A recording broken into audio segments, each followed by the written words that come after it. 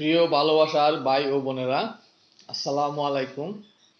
আমি আপনাদের তারেকুজ্জামান রাসেল বলছি।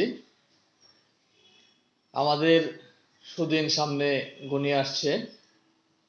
আজকে আমজনতা পার্টির তারেক সাহেব বললেন, সাবেক সরকার ইউনূস সরকার যারা অন্তর্বর্তী সরকারের দায়িত্বে ছিলেন, তাদের ক্রীড়া উপদেষ্টা আসিফ মাহমুদ এবং তার যে ব্যক্তিগত সহকারী ছিল, তাদের দেশ থেকে নিষেধাজ্ঞা এসেছে।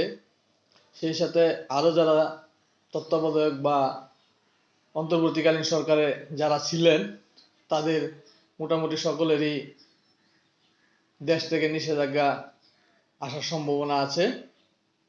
এদিকে আপনার বিএনপির সাবেক চেয়ারম্যান বেগম খালেদা জিয়ার ব্যক্তিগত সহকারী বা উপদেষ্টা অ্যাডভোকেট ফজলুল হক সাহেব জননেত্রী শেখ হাসিনার ভূয়সী প্রশংসা করে ফেসবুকে একটি স্ট্যাটাস দিয়েছেন।